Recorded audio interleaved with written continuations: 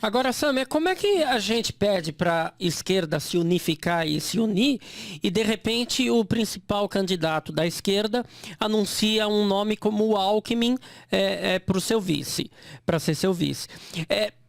Não é difícil para o cara mais esquerdista de raiz mesmo aceitar um vice desse? Você acha que isso a gente já vai Muito. sentir nas próximas pesquisas um reflexo dessa escolha? Acho.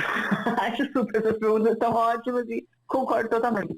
Porque, do ponto de vista do que é a trajetória do PT, não é surpreendente também busca por um nome mais de uma direita liberal. Certo. Foi assim com o Lula, com o Zé Alencar, com a própria Dilma, com o Temer, que depois deu no que deu, né? Enfim, o golpe, o impeachment, etc.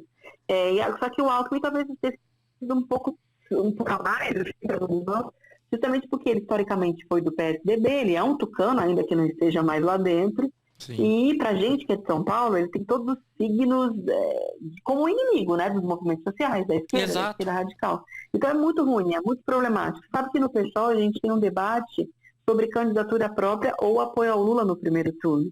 Pra gente nunca foi uma questão, sabe? Sempre foi candidatura própria, nos cenários mais adversos. Só esse ano que houve esse debate diferente por conta do perigo do Bolsonaro, ou seja, vamos pensar bem se vale a pena nesse momento. Esse ano o risco está maior, né? Do próprio programa.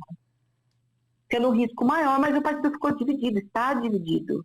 E só vai ter uma definição sobre isso no final do mês.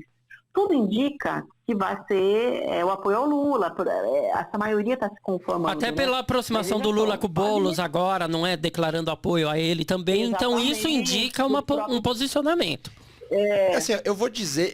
O próprio presidente do partido está participando das reuniões do Lula, sim, enfim. Mas o partido, veja, 44% do partido não quis. E não é à toa. Sim. Porque já havia o que estava se avizinhando, que não era um programa nosso. Qual é a capacidade que o pessoal vai ter de intervir nesse programa do Lula, considerando que não tem nem o que negociar, porque nem lançou o candidato para depois retirar. Considerando que ali tem uma pressão forte da direita e mesmo uma aceitação grande por parte do eleitorado, parte dele, de qualquer coisa vale que não o Bolsonaro. Então não é um cenário tranquilo para a gente, não é fácil, e tomara que o pessoal consiga, apesar desse cenário adverso, colocar o seu programa, suas ideias, e para isso é importante eleger uma bancada forte, sabe? Ter firmeza, assim, do signo do PSOL. Eu sou muito partidária do PSOL, sim, sou uma mulher de partido, acho que vai ser fundamental. Assim, eu fico feliz que, tipo, essa discussão aconteceu, né? Tipo, porque eu sempre fui a favor dessa questão de lançar candidato próprio, porque eu acho que é legal,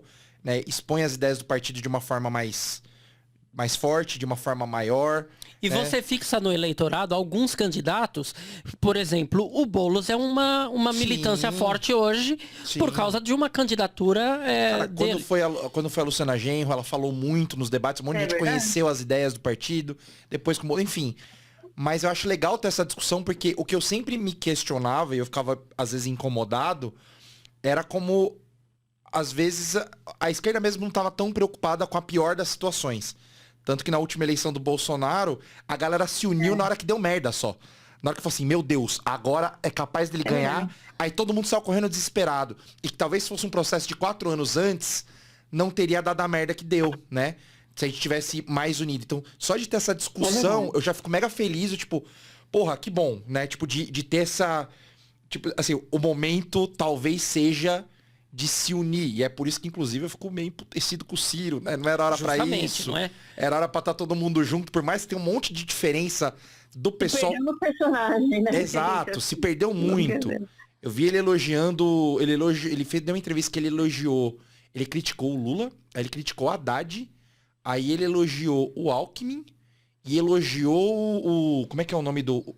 O Amoedo. Eu falei, Ciro do céu, que droga é essa?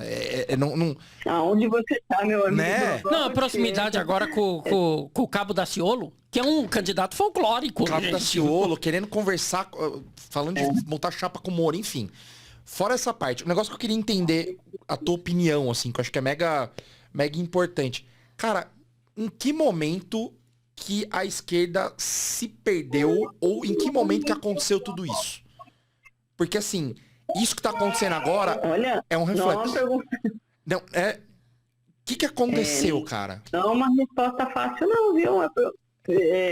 Tanta coisa, né? Olha, primeiro eu acho assim, o Bolsonaro, ele é uma expressão de um fenômeno mundial. Não foi só no Brasil que teve um líder de extrema-direita eleito.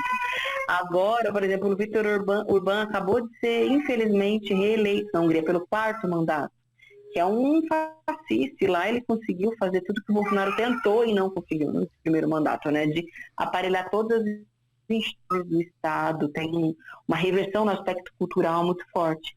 Mas junto com ele teve outros líderes, como na Turquia, tem agora a possibilidade da Le Pen ser eleger na França, ou seja, o próprio Trump nos Estados Unidos, né, que foi derrotado, mas também foi parte dessa onda. Então, acho que esse é o primeiro aspecto, a extrema-direita como ressurgindo num cenário de crise econômica mundial.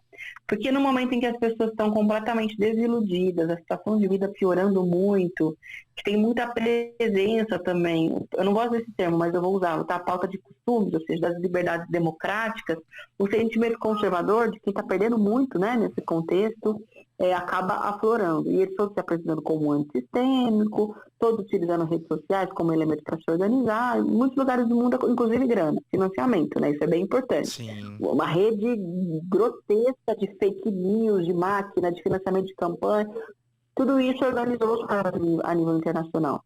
Alguns foram derrotados nas últimas eleições, tomara que o Bolsonaro seja também, mas fica aí. Mas acho que localmente, no Brasil, tem muito a ver com uma experiência recente de esquerda também, né? A esquerda governou o Brasil por 13 anos. E teve um aspecto que foi primeiro, eu acho que o da burocratização, acho que toda aquela militância pulsante, os movimentos sociais que elegeu o Lula em 2002, de certa forma foram incorporados à máquina pública, ao Estado. Então, não havia mais esse movimento de base, de mobilização social. Havia agentes do Estado, que eram importantes para construir o governo, mas é necessário sempre você ter uma corrente de transmissão, porque o primeiro problema, a primeira pressão que a direita golpista faz no Brasil, quem você precisa acionar é a sua militância. Só que tinha um momento que onde estava a militância quando quiseram fazer o golpe contra a Dilma, entendeu? A capacidade de resposta nas ruas, infelizmente, foi muito menor do que a da direita do Brasil, do MBL, e companhia, Carla Zambelli e todos mais que estavam ali liderando. A gente deu uma relaxada, mas não foi do ponto né? de vista da estrutura. Deu uma relaxada de seguir apostando na luta de classe, sabe? No movimento social, no movimento de base, mas também tem a ver com as contradições da crise no Brasil.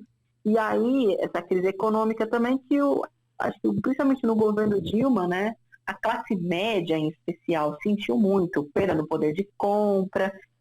E aí teve o aspecto da corrupção, que foi uma pauta muito utilizada e também instrumentalizada para poder alimentar esses falsos paladinos da moral. Que eu acho que foi uma soma de fatores. E aí, cara, o Bolsonaro, eu concordo muito com o que você disse, a gente demorou para se tocar, a gente aí de maneira generalizada. Sim. Demorou para perceber que o cara ia levar. E aí, segundo turno já era tarde, a gente tinha 15 dias para fazer o impossível. E aí, será que ele gostou, DVD? Eu acho que sim, né? Foi bacana, foi engraçado, foi interessante, foi... Pô, tem um monte de conversa igual essa aqui embaixo. Procura aí, pode seguir no vídeo, se inscreve e vai no nosso canal oficial. Esse papo que você viu o corte agora tem lá completo no Elementar Show. E olha, esse papo foi bom demais, Marcão. Foi incrível. Nossa, muito bom. Vai lá, cara, aproveita.